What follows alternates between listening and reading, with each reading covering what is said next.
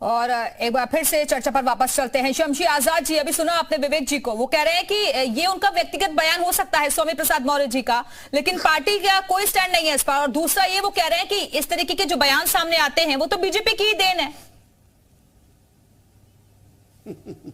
देखिए, विवेक पांडे जी का मैं सम्मान करता हूं, बहुत हमारे सीनियर हैं, लेकिन बस अफसोस यही है कि समाजवादी पार्टी की विचारधारा से जुटे हैं। समाजवादी पार्टी की विचारधारा के लोग जो भी हैं वो इसी तरीके का नरगल बयान देते हैं। जो रामचरितमानस अपने में एक सिद्धांत लिए हुए, जो रामचरितमानस अपने में एक आध्यात्म लिए हुए, जिसकी लोग कसमें खाते हैं, पूरी दुनिया में इसको जो है पूजा जाता है। और उस क्या कहते हैं कि रामचरितमानस के ऊपर अगर कोई उंगली उठाए तो इसको आप समझ सकते हैं। मैं तो यही कहूँगा कि उनको अपने मानसिक जो है चिकित्सालय जाके अपना जो है इलाज कराना चाहिए, क्योंकि स्वामी प्रसाद मौर्य सस्ती लोकप्रियता के लिए, जब से वो सत्ता से निकले तब से सस्ती लोकप्रियता के लिए लगातार ऐसे बयान देते रहे।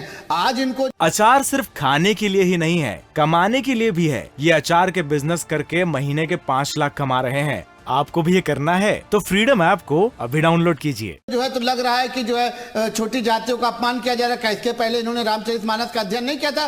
क्या इसके पहले रामचरितमानस नहीं पढ़ा था? क्या इनको हिंदू धर्म में, सनातन धर्म में आस्था इनकी नहीं है?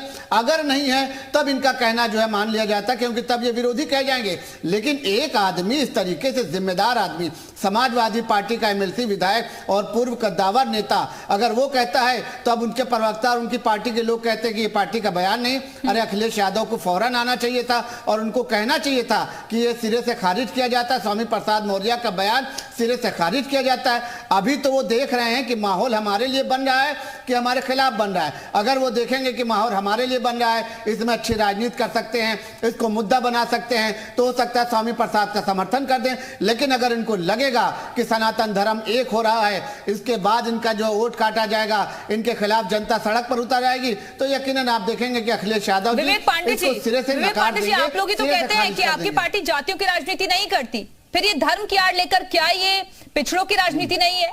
और नजर 2024 पर अब मैं तो बड़े हल्के तर्क सुन के मुझे आश्चर्य होता है, हंसी आती है। क्या संजय निषाद का मानसिक इलाज करवा दिया भाजपा ने? क्या नरेश अग्रवाल का मानसिक इलाज करवा दिया भाजपा ने?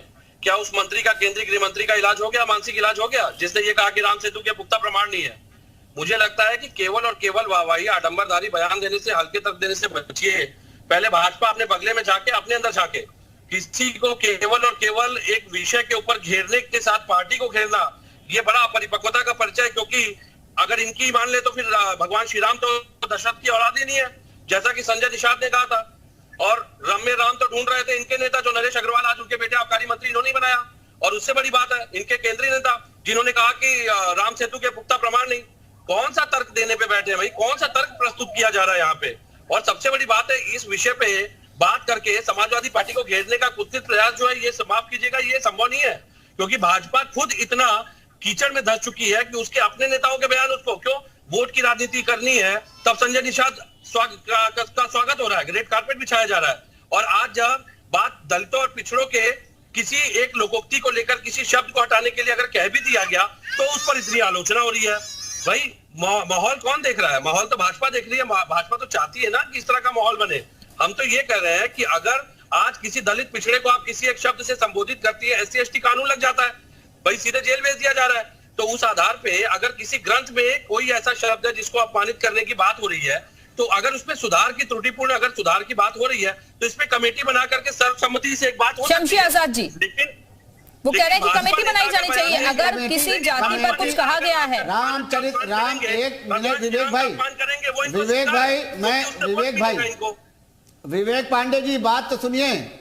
अगर आपकी ऐसे ही आपत्ति पर लगातार कमेटी बनाई जाती रही तो हमारे ख्याल से सारे ग्रंथों पर आपको ऑब्जेक्शन रहेगा और सारे ग्रंथों पर कमेटी बनाकर उसमें सुधार किया जाएगा। तो फिर अगर दूसरी बिरादरी के लोग भी अगर ऑब्जेक्शन करेंगे तो हम उनका यही काम करते रहेंगे बैठकर। इस तरीके की भावनाएं जो है, इस तरीके के उपदेश देने की जरूरत नहीं है। देश में अमन शांति है, आपको उस पर बात करना चाहिए, देश के विकास पर बात करना चाहिए। रामचरितमानस आज उनकी समझ में आया। मैं यही स्वामी प्रसाद मौर्य से पूछना चाहता हूँ, क्या इसके पहले रामचरितमानस उन्होंने नहीं पढ़ा था या उनकी समझ में नहीं आया था। राजनीति करने के लिए बहुत से मौके हैं, लेकिन किसी ग्रंथ का सहारा लेकर, किसी महापुरुष का सहारा लेकर, धर्म का सहारा लेकर, जाति का सहारा लेकर, ये समाजवादी पार्टी की मानसिकता, इसको बदलने का काम करिए विवेक जी।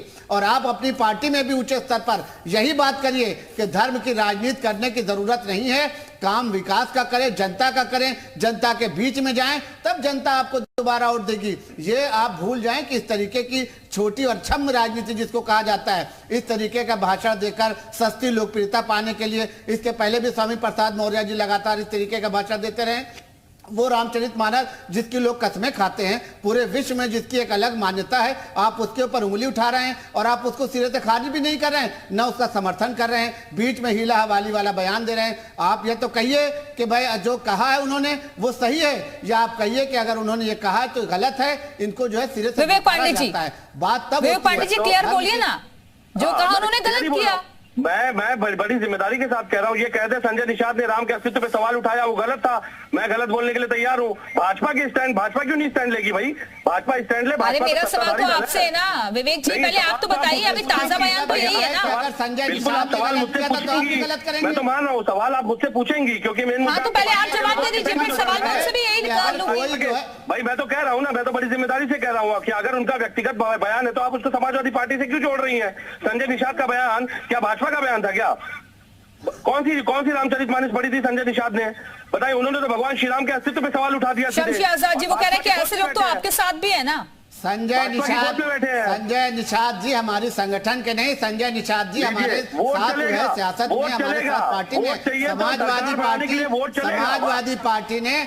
समाजवादी पार्टी ने स्वामी प्रसाद मौर्य को एमएलसी बनाया है, कद्दावर नेता बनाया। ये अलग बात है कि जीत नहीं पाए, दोबारा से उनको एमएलसी बनाकर, अपना प्रतिनिधित्व बनाकर, और इसी तरीके का नर्गल बयान देने के लिए उनको रखा गया। बिल्कुल, सवाल यह है कि जिस तरीके का बयान स्वामी प्रसाद मौर्य ने दिया है, क्या उसने फजीहत खड़ी कर दी है? क्या अब बचाव करना भी मुश्किल हो गया है समाजवादी पार्टी के लिए? ये देखना दिलचस्प होगा, क्योंकि आने वाले वक्त में इस पर और भी ज्यादा सियासत नजर आएगी। बहुत बहुत शुक्रिया दोनों मेहमानों का हमारे साथ चर्चा में शामिल होने के लिए। शुभम, आपका भी बहुत बहुत शुक्रिया हमारे से जुड़ने के लिए। तो इसी के साथ ही फिलहाल यहाँ रुकेंगे एक छोटे से ब्रेक के लिए, लेकिन ब्रेक के बाद भी खबरें जारी है। नमस्कार।